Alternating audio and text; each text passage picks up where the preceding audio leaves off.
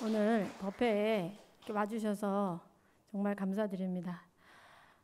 사람이 살면서 시간을 어떻게 쓰느냐가 굉장히 중요하죠.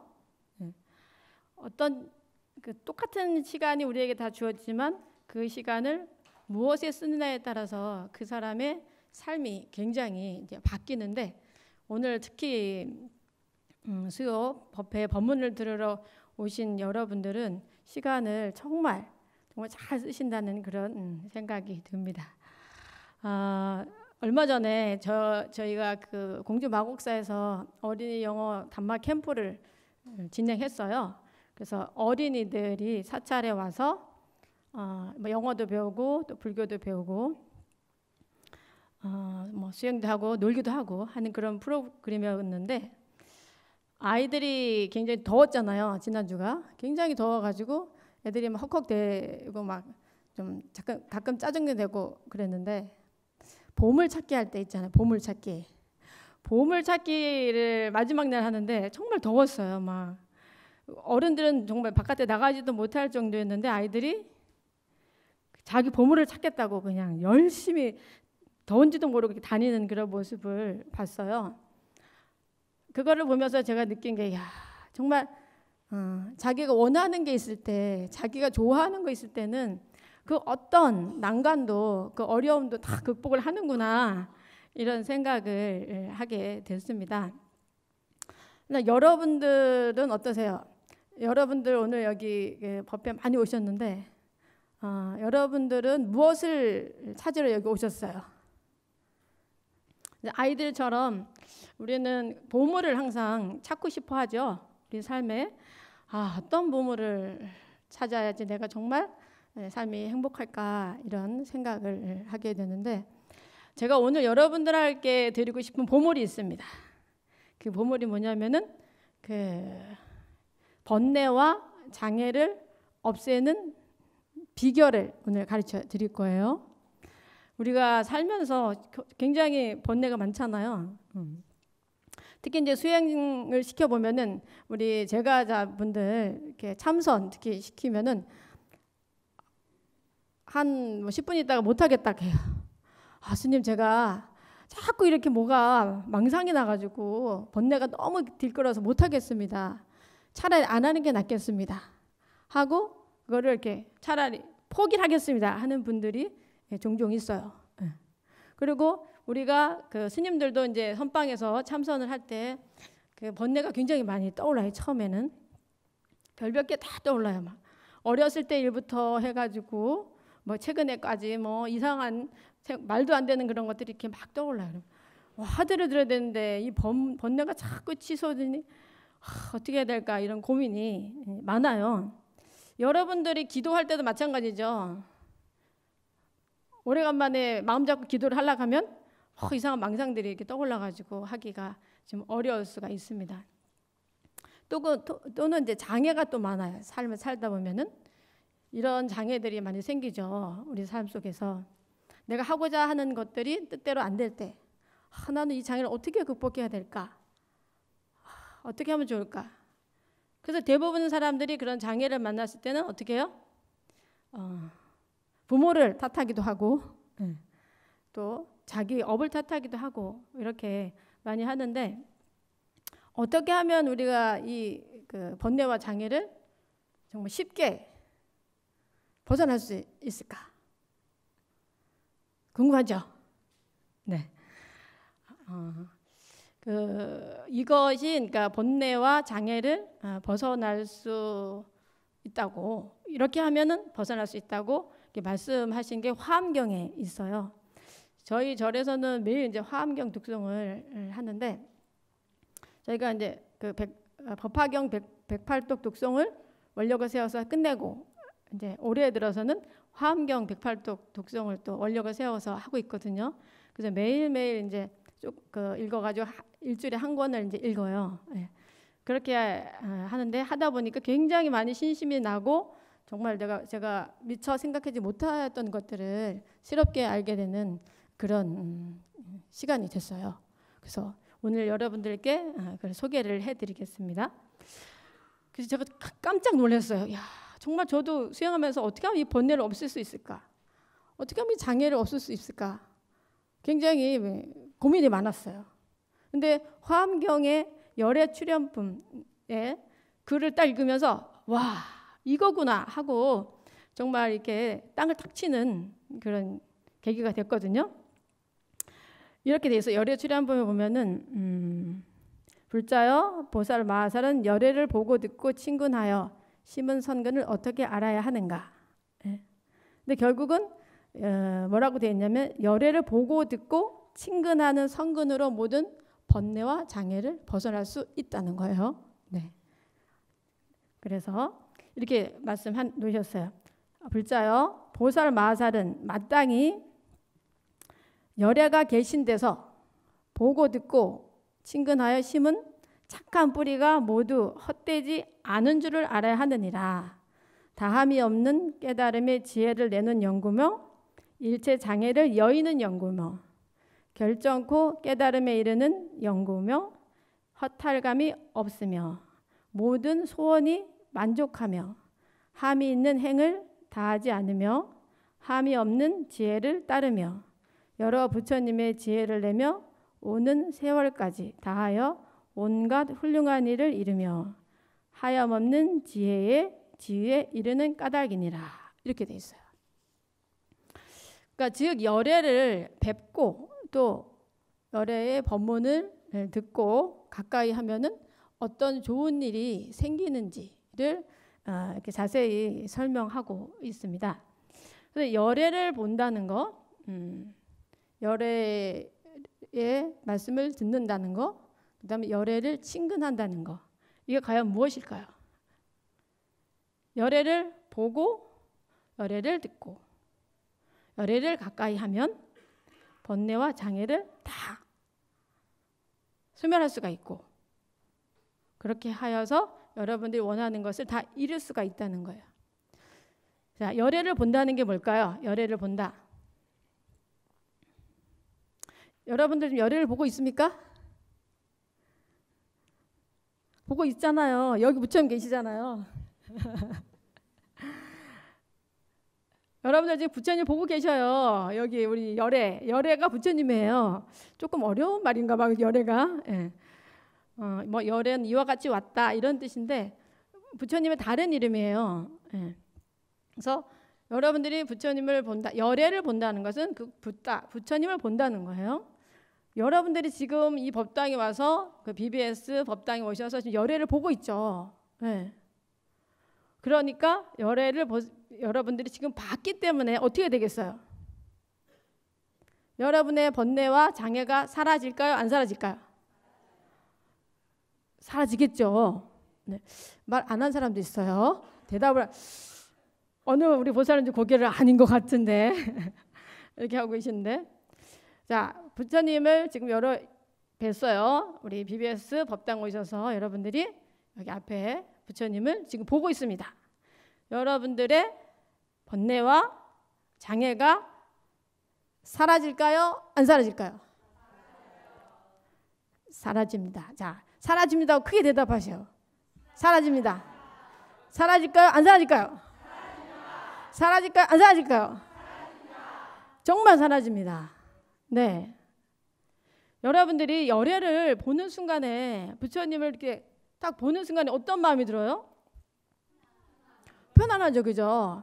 편안하고 나도 부처님처럼 저렇게 좀 행복한 미소를 지을 수 있는 삶을 살아야 되겠다, 이런 생각을 순간 하시게 된다는 거죠.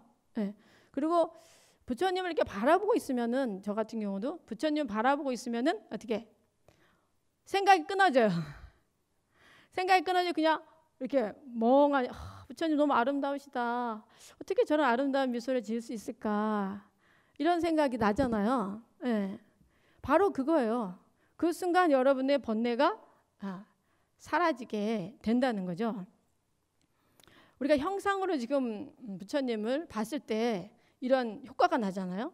근데 형상이 아닌 진짜 열애를 본다면, 진정한 열애를 본다는 것은 어떻게 해요? 부처님의 마음이 돼야지만 사실은 열애를 볼 수가 있죠. 네. 그렇다면 더 큰 우리 그 과피를 받을 수가 있겠죠. 또 열애를 듣는다. 열애를 보고 열애를 듣는다. 열애를 듣는다는 걸 뭘까요? 자, 법문을 듣는다. 부처님의 가르침을 듣는다. 네.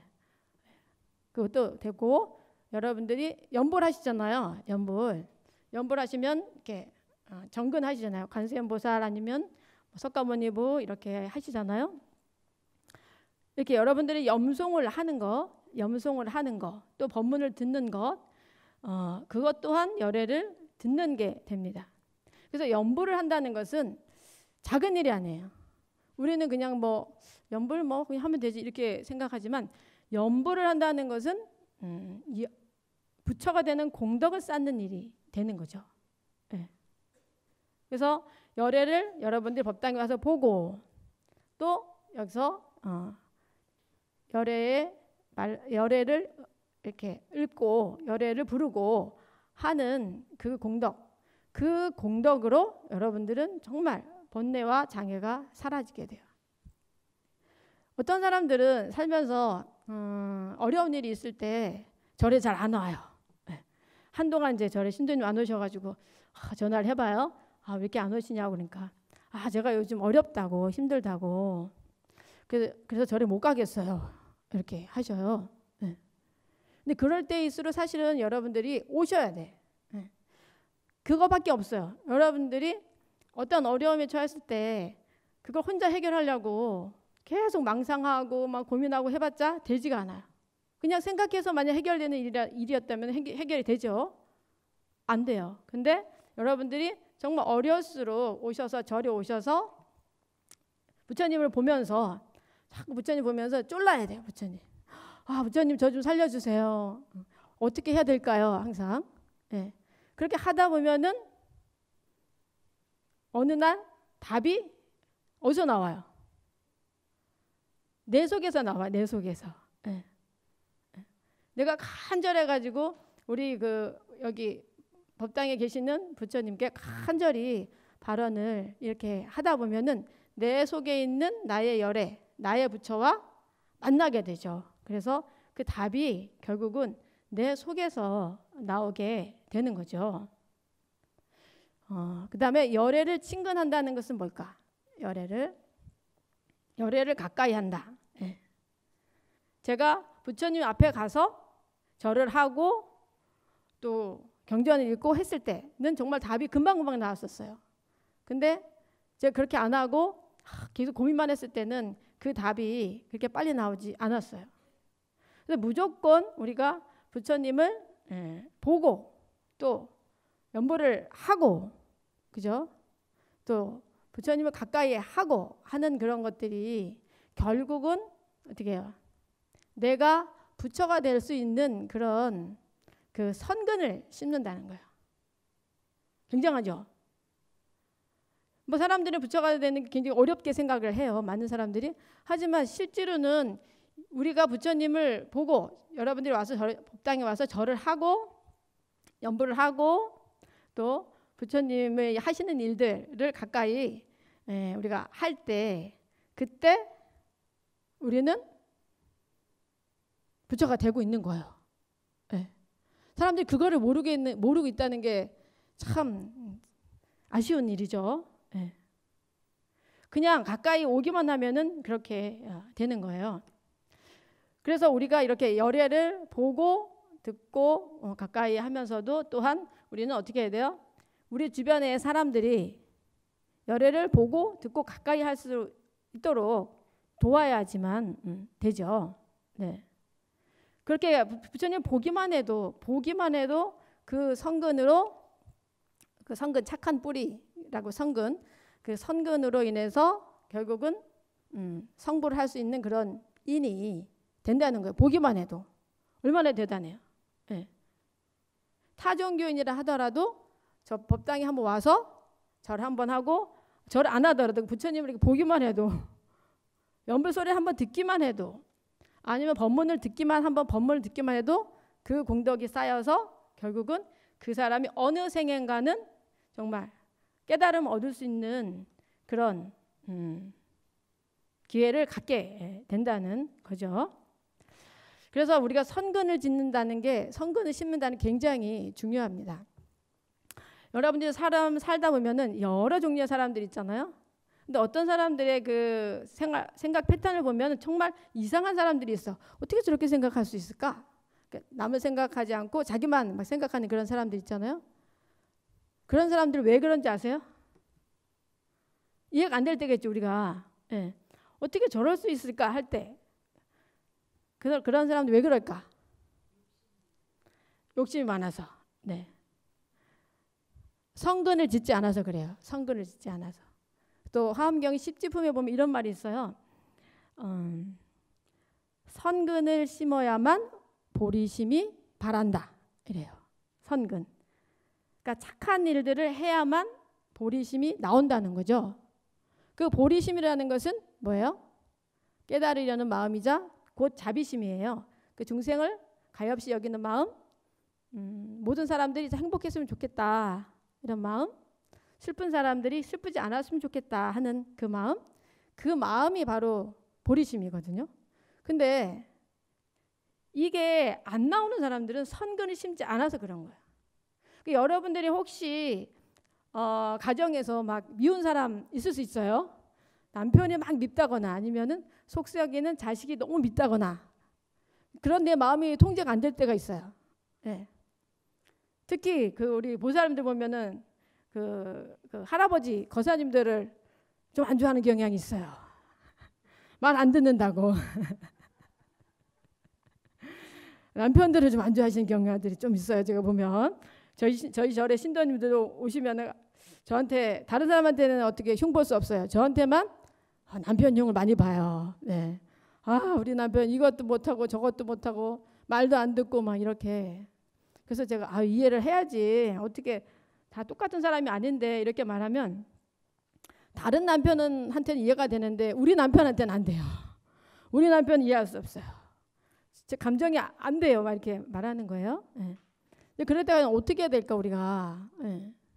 정말 가장 사랑해야 되는 분이 내 배우자이자 내 자식들이잖아요. 그런데 그 자식과 배우자가 왼수를 보일 수도 있죠. 근데 그 마음을 어떻게 해야 돼? 그것처럼 정말 불행한 그런 상태는 없어요. 예. 그러면 이때 어떻게 해야 될까요? 네. 절에 오셔야 돼. 절에 오셔서 부처님 전에 자꾸 절을 하시면서 기도하시면서 부처님 제가 남편을 미워하는 이 마음 좀 가져가세요. 네. 제가 연불을 더 열심히 하겠습니다. 하고 연불을 열심히 하시고 그렇게 하면 없어져요. 저 같은 경우도 그 첫 철에 저는 성남사에서 그 하한거를 났는데 하한거 처음 첫 철에 나다 보니까 앉아서 자꾸 망상이 나는 거예요. 그냥 화두는 잘 안 잡히고 하다 안 돼가지고 어떻게 했냐면은 그 어떤 망상이 막 나는 것들을 이렇게 제가 보자기에다가 쌌어요. 보자기에 싸가지고선 꽁꽁 묶어가지고 부처님한테 올렸어요. 이렇게. 부처님 제가 이거 어떻게 할 수 없습니다. 부처님 좀 알아서 하세요. 이렇게. 그렇게 했거든요. 그렇게 하다 보니까 어느 순간에 망상이 안 나는 거예요. 그러니까 여러분들도 그런 마음이 이렇게 날 때 어쩔 수 없는 마음들이 있잖아요. 정말 미워하는 마음, 뭐 시기하는 마음, 어쩔 수 없는 마음이 있을 때는 그걸 이렇게 보자기에 딱 싸가지고선 부처님한테 딱 드려야 돼. 그게 가장 부처님 좋아하시는 공양이야. 왜냐하면 부처님 원하시는 거는 중생이 행복하게 원해요? 불행하게 원해요? 행복하게 원하셔요. 항상. 중생의 마음이 항상 편안하기를 원하셔요. 부처님은.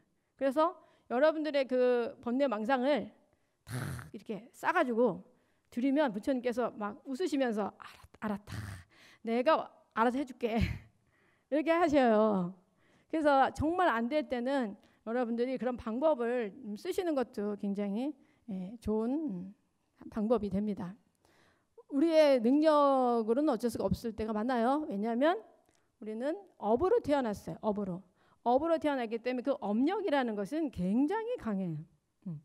뭐와 같으냐면은 태풍과 같다 해야 되나? 태풍이 막 몰아치면 어떡해요? 태풍이 막 몰아치면은 뭐 그 전봇대도 넘어가고 전기줄도 막 쓰러지고 나무도 쓰러지고 막 그런 것들이 막 쓰러져. 태풍을 막을 수 있는 사람이 거의 없어요. 네, 없어. 그게 여러분의 업력이에요.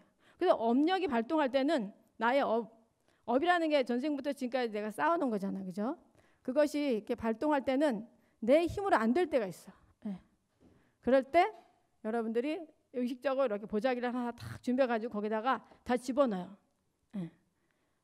슬픈 마음, 미워하는 마음 이런 것들을 딱 싸가지고서 부처님 전에 이렇게 떠가지고 부처님 알아서 하세요. 저는 중생이라 어떻게 할 수가 없어요. 부처님의 위실력으로 이것 좀 어떻게 해주세요. 이렇게 하면 부처님이 해줄까요? 안 해줄까요? 해줄까요? 안 해줄까요? 꼭 해주셔요. 진짜 100% 해주세요. 100%. 네. 그래서 우리의 중생의 힘으로 안 되는 것은 그 부처님의 정말 위실력으로 해야 돼. 그리고 부처님이 그것을 꼭 해주신다는 그런 여러분의 확신을 가지셔야 돼요. 그래서 시간만 나면 법당에 와서 부처님을 뵙고 절을 하고 경전을 읽고 또 연보를 하고 그렇게 하실수록 여러분들은 번뇌가 사라지고 또 장애도 사라지고 또 부처님이 될 수 있는 그런 계기가 되시는 거예요. 이게 굉장히 쉬운 것 같죠? 굉장히 쉬운 것 같은데 어려워요. 네. 우리 신도님들도 절에 이렇게 안 오시냐 그러면 제가 마음은 가는데 몸이 안 갑니다. 네. 그래서 제가 항상 마음은 와 있더라고요. 그래서 빈 저기 자복에 누구 마음 이렇게 지금 와 있구나 이렇게 보여요. 근데 몸까지 오기는 굉장히 힘들어요. 근데 우리가 이 생에서 일어나는 모든 일들 또한 몸이 있기 때문에 일어나는 일들이 대부분이에요. 우리 업이라는 것이 몸 때문에 일어나는 게 대부분의 업이거든요. 네. 그래서 여러분들이 몸을 자꾸 이렇게 움직이셔서 할 때 그 수행력이 나와요. 네. 저 같은 경우도 막 새벽에 일어나기 싫을 때가 있어요. 그 전에 너무 이제 힘들었을 때 일어나야 되는데 몸이 안 일어난다. 뭐 힘들다. 이럴 때 어떻게 했냐면 이렇게 저는 몸한테 몸아 일어나라 명령을 해. 몸아 일어나 이렇게 하면 얘가 알았어 하고 일어나요. 네. 그 여러분들도 그렇게 하셔요. 막 힘들 때 너무 힘드시면 집에서 막 고민만 하지 마시고 몸한테 절에 가자 빨리 다리를 움직여라 예? 일어나 이렇게 명령을 내려 보셔요. 그러면 걔네들이 희한하게도 따라와요. 예. 주인이 시키니까 안 할 수가 없잖아요. 예. 그래서 여러분들이 항상 여러분들의 번뇌가 사라지고 장애가 사라지게 하려면은 늘 부처님을 보고 듣고 친근을 해야 되겠다라는 그 어떤 마음의 확신, 결심을 하셔야 돼요. 결심. 스님 얘기 들어보니까 그런 것 같다 하고 그냥 말면은 똑같아요. 매년 똑같아요. 근데 여러분들이 결심을 딱 하고 난 할 거야 이렇게 용기를 딱 갖고 몸한테 절에 가자 이렇게 하시면 가집니다. 가족들한테도 마찬가지예요. 가족들한테도 이제 어떤 어려운 일이 있으면 절에 가봐. 절에 가서 부처님만 봐도 그게 없어져. 번뇌가 사라져. 그냥 행복해져. 이런 말씀을 여러분들이 하시면 그 사람들이 절에 올까 안 올까? 와요. 왜냐? 행복하고 싶기 때문에. 너무 힘든 게 싫기 때문에.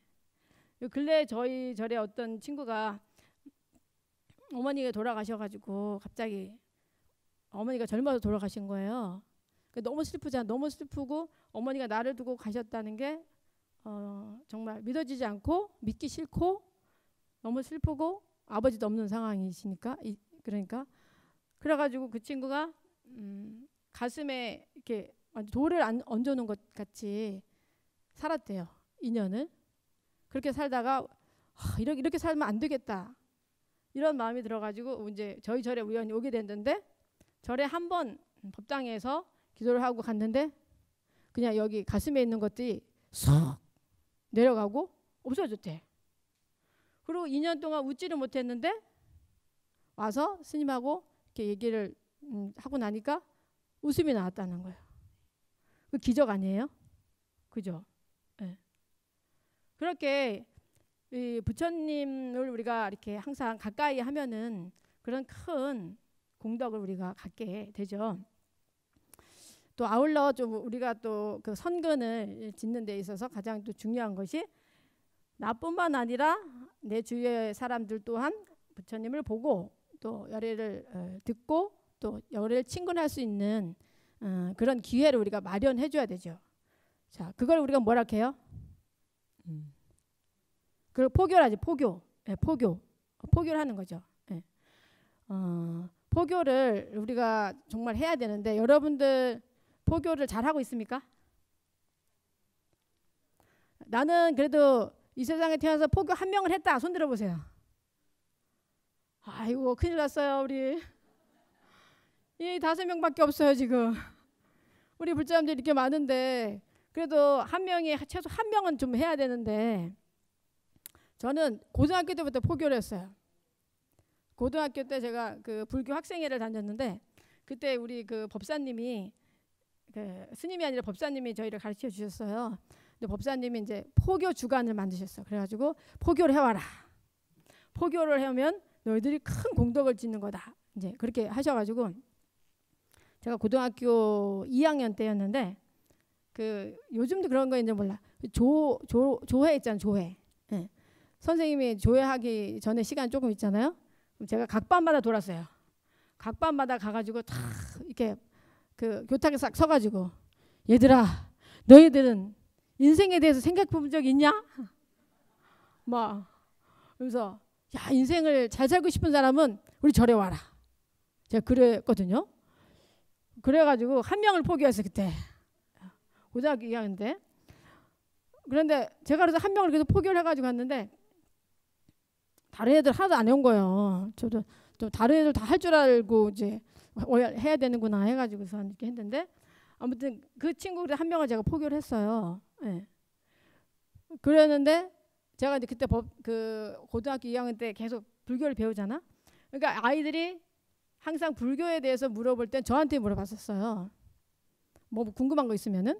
그리고 이제 뭐 불자 손들어 그러면 그 반에서 저만 손들었어요. 저만 당당하게 탁 이렇게 그렇게 하니까 아이들이 제가 불교라는 거에 대해서 아니까 교회에 가자 이런 말도 이제 거의 한 명도 한 적이 없어. 예.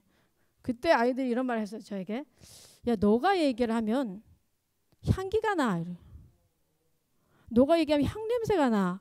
그러는 거예요. 그래서 저도 정말 향 냄새가 났는지 그거는 잘 모르겠는데 아무튼 순수한 마음에 정말 아이들이 인생을 좀 더 좀 의미 있게 살면 좋겠다 이런 생각으로 제가 이렇게 포교를 했었거든요. 근데 여러분들도 그러면 포교를 하셔야 돼요. 최소한 우리 옆에 같이 사는 사람 포교를 하셔야지. 예, 집에 같이 사는 사람, 같이 자는 사람 포교하셔야지, 그죠? 예. 그분이 왜냐면 내가 행복하듯이 그분도 행복하면은 좋겠다라는 그런 마음이 있으시죠? 근데 좀 말을 잘 안 듣나? 정성을 여러분들 들이세요. 정성을 들이면은 그 정성이 언젠가는 꼭 감흥이 있을 겁니다. 그래서 저희 지금 우리 그 불교가 굉장히 지금 포교가 많이 안 되고 있는 상황이잖아요. 그래서 뭐 불자들이 300만이 줄었다 이런 말도 사실 있는데 저는 2006년부터 이제 비로자나 국제선언을 이렇게 만들어 가지고 포교를 시작했어요. 제가 처음 시작했을 때 24평에 월세 60만 원 시작했어요. 제가 보증금 2천만 원이었어요. 그때 그렇게 해가지고 제가 포교를 하겠다는 원력을 가지고 이제 시작을 해서 지금은 작년에 저희가 이제 그 건물을 하나 샀습니다. 박수.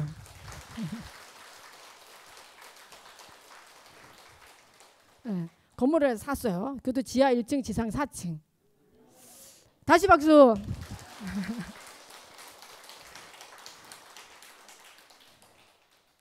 근데 크진 않아요. 작아요. 하지만 제가 정말 맨땅에 헤딩한 견본을 보여야 되겠다 생각해서 이제 그렇게 이제 했는데, 제가 그거를 하고 나서 이런 생각했어요.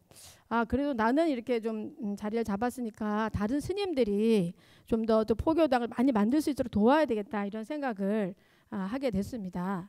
그런데 사실 우리 지금 한국의 현실이 보면은 스님들이 이렇게 포교당을 하거나 하려고 해도 너무 어려워요. 특히 포교 활동을 하려고 하면은 머무를 데가 없으셔. 예. 뭐 산에서 수행하시고 나오셔서 내가 포교를 좀 해야 되겠다 하잖아요. 어디 갈 데가 없는 거예요. 예. 그리고 또 우리 동국대나 뭐 승가대 다니는 어떤 스님들께서 포교의 원력을 품잖아요. 품고 공부를 이렇게 석사, 박사를 계속 진행하려고 해도 동국대나 그 승가대가 그 학사 같은 경우는 이제 그 기숙사가 제공이 되는데 석사, 박사부터는 제공이 안 돼요. 그러니까 스님들이 포기를 하는 경우도 많고, 또 어떤 스님들은 뭐 그 아시는 분들 아시겠지만 그 여관에 다니시면서 공부하시는 분도 있고, 또 뭐 고시촌에서 공부하시는 분들도 있고 막 그러신 거예요. 그래서 어느 날 어떤 그 후배가 와서 그런 얘기를, 저한테 어려운 얘기를 이렇게 하셨어요. 스님, 제가 이렇게 지방에서 와서 공부를 하는데 잘 데가 없어서 여관에서 잡니다. 근데 여관에서 자다 보니 시끄러워서 잠을 잘 수가 없습니다. 그리고 비구니 스님이 여관에 자꾸 왔다 갔다 하는 것이 좀 보기도 그렇고, 내가 이렇게까지 하면서 공부를 해야 되나, 이런 망설임이 생깁니다. 그러면서 이제 여기 우리 절에서 같이 살 수 없겠냐고 이런 이야기를 했어요. 근데 저희 같은 경우는 방사가 많지 않은 상황이고, 그렇게 그 후배를 돌려보내고 나서 보니까 이게 바로 우리 불교가 포교가 안 되는 현실이구나, 이런 생각이 드는 거예요. 스님들이 원력을 가지고 산속에서 내려와서 포교를 시작하려고 해도 일단 거처할 곳이 없고, 또 석박사를 해서 사람들한테 정말 더 많은 가르침을 주고 싶어도 머물 데가 없는 거죠. 네. 그러다 보니까 스님들이 뭐 아르바이트를 하시게 되고, 그렇게 하다 보면 공부를 또 못 하시고, 그러면 또 그런 학위도 늦어지고, 이런 상황이 생기는 걸 보면서 야, 이건 좀 아니다. 우리가 정말 원력을 가지는 스님들이 원력의 꽃을 필 수 있는 그런 것을 준비해야 되겠다. 그렇게 해서 그 스님들이 공부를 하고 또 포교를 할 수 있는 그런 어떤 최소한의 숙소를 마련을 해서 정말 마음 놓고 포교를 할 수 있는 그런 거를 만드는 게 더 시급한 문제가 아닌가. 그렇게 제가 보고 나서 그 수행관을 만들었어요. 그 스님들이 거처할 수 있는 수행관을 만들었는데, 여러분도 아시겠지만 제가 불사를 했잖아요. 빚이 있겠어요, 없겠어요? 어떻게 알아요? 너무 잘하시네. 빚이 제가 있잖아요. 뭐 대출을 내서 빚을 내서 했잖아요. 근데도 그게 더 급한 거예요. 그 나는 뭐 쫓겨나진 않으니까, 이제는 월세가 아니니까 그래도 빚을 갚으면 되지만, 정말 이 스님들이, 우리 후배 스님들이 공부를 하려고 마음 놓고 공부하려고 해도 거처가 없어서 이렇게 힘들어서 전전하면서 몸이 안 좋아지고 집중할 수 없으니까 이게 더 급하다, 이렇게 생각해가지고 제가 또 빚을 냈겠어요, 안 냈겠어요? 빚을 또 냈어요. 빚을 또 내가지고 그 이름을 이제 나란다 수행관이라고 지었어요.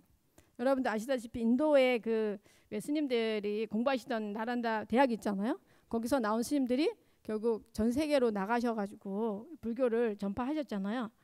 그래서 그런 훌륭한 스님들이 됐으면 좋겠다 하는 마음에서 제가 나란다 수행관을 만들고 숙소를 이렇게 만들어가지고 이제 스님들을 오시게, 그 어렵게 공부하시는 스님들 오시게 해서 모든 걸 이제 제공을 해줘요.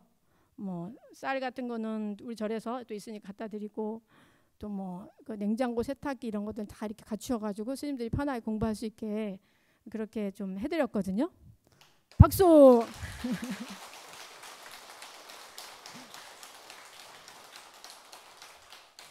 그러다 보니까 제가 이제 뭐 신문에 이런 기사가 막 났어요. 그러다 보니까 어떤 스님 전화하셔가지고 아파서 수술하셨는데 그 통원 치료를 해야 되는데 갈 데가 없으시다는 거예요. 그래서 여관에 또 예약을 했는데 거기 수행관 있으면 안 되겠냐 이런 말씀을 하시는 거예요. 근데 보니까 또 그 수행관에는 이제 공부하는 스님들이 꽉 차 있잖아요. 근데 아픈 스님이 또 가실 데가 없는 거야. 근데 저도 생각해 보니까 제가 아파서 수술했는데 수술하고 회복해야 되는데 갈 데가 없는 거예요. 그렇다고 제가 출가했는데 뭐 속갓집에 가면 그 부모님 얼마나 또 속상하셔, 그죠? 거기도 갈 수가 없고 이제 이런 상황에서 제가 사실은 우리 그 비로자나 국제선언을 하게 됐거든요. 그런 상황에 여러 가지 상황에 의해서 그래서 제가 이것도 안 되겠다 싶어서 또 아픈 스님들을 위해서 또 좀 숙소가 필요하겠다. 서울에 오셔서 지금 뭐 정말 서럽잖아요. 스님도 다 진짜 부모님들 다 이렇게 가슴 아프게 하고 출가했는데 내가 아파서 속갓집에 가면 안 되니까 또 가슴 아프게 하시면 안 되니까 그렇다고 사찰에 가자니 사찰은 굉장히 일이 바쁘게 막 돌아가니까 쉴 수도 없고 안 되겠다 싶어서 제가 수행관을 또 하나를 또 만들었어요. 빚을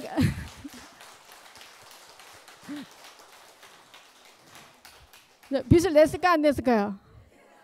그것도 빚을 냈어요.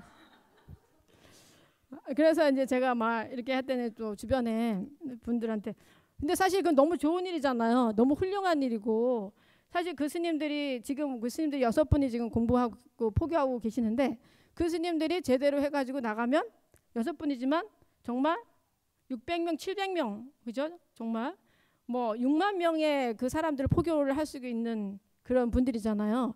그러니까 제가 얼마나 복을 많이 받겠어요. 그래서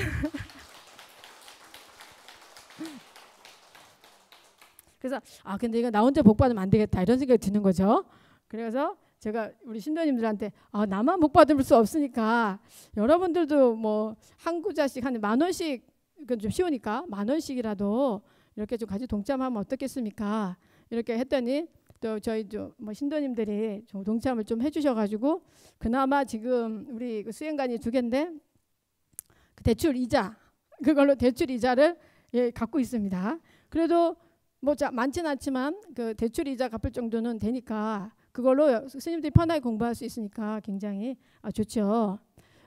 제가 이 말씀을 드리는 것은 뭐냐면은 우리가 정말 그 포교를 하려면은 부처님 말씀을 세상에 전해서 그 사람들 또한 우리처럼 번뇌가 없고 장애가 없는 그런 삶을 살게 하려면은 정말 포교당들이 많아져야 되고 또 스님들이 편하게 공부를 하셔가지고 정말 그 역량을 발휘할 수 있는 그런 조건이 돼야지 된다는 거죠.